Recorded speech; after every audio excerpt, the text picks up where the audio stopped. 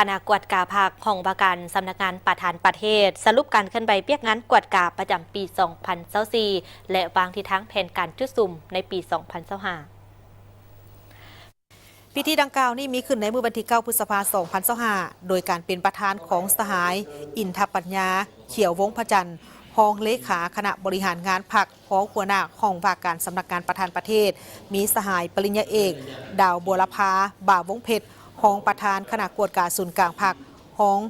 หัวหน้าองค์การกวดกาแห่งรัฐรองหัวหน้าองค์การต้านการสลาดบางหลวงขั้นศูนย์กลางพร้อมด้วยคณะพรรคสมาชิกพรรคพนักงานลักแรงเข้าร่วมสหาย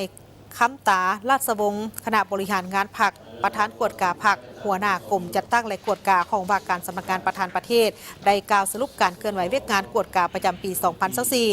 องค์คณะพรรคของว่าการสำนักงานประธานประเทศมีสมาชิกพรรคทั้งหมด 83 สหายหญิง 35 สหายในนี้มีสมาชิกพรรคสำรอง5 สหายหญิง 1 สหายปี 2024 สามารถขยายพรรคได้จำนวน 2 สหายการเคลื่อนไหวเวียกงานติดตามกวดกาคณะพรรคคณะนำของว่าการสำนักงานประธานประเทศได้เอาใจใส่ในการนำพาซี่นำและอำนวยความสะดวกในการจัดตั้งปฏิบัติเวียกงานกวดกาได้สำเร็จตามพระ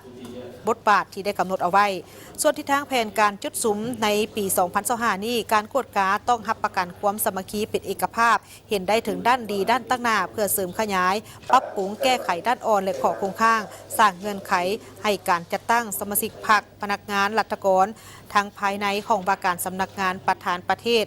ได้เข้าความในเวียกงานของการติดตามกวดกาและสู่สนให้พนักงานที่เหตุเวียกงานกวดกาได้ฝึกอบรมให้มีความรู้ความสามารถทางด้านวิชาเฉพาะประสบการณ์ในเวียกงานตัวจริงในการกวดกามีแบบแผนวิธีเหตุเวียกซื่อสัตย์บริสุทธิ์โปร่งใสเที่ยงธรรมตัดสินปัญหาอย่างภาวะวิสัยมีหัวคิดประดิษฐ์สร้างกล้าหาญกล้าคิดกล้าเหตุกล้ารับผิดชอบเด็ดขาดเข้มงวดมีไหวพริบในการปฏิบัติหน้าที่วิชาเฉพาะของตนที่ประชุมได้รับฟังการเผยแพร่เอกสารที่สำคัญของพรรคเพื่อให้มีความเข้าใจอย่างลึกซึ้งและนำไปจัดตั้งปฏิบัติเวียกงานตัวจริงให้มีประสิทธิผล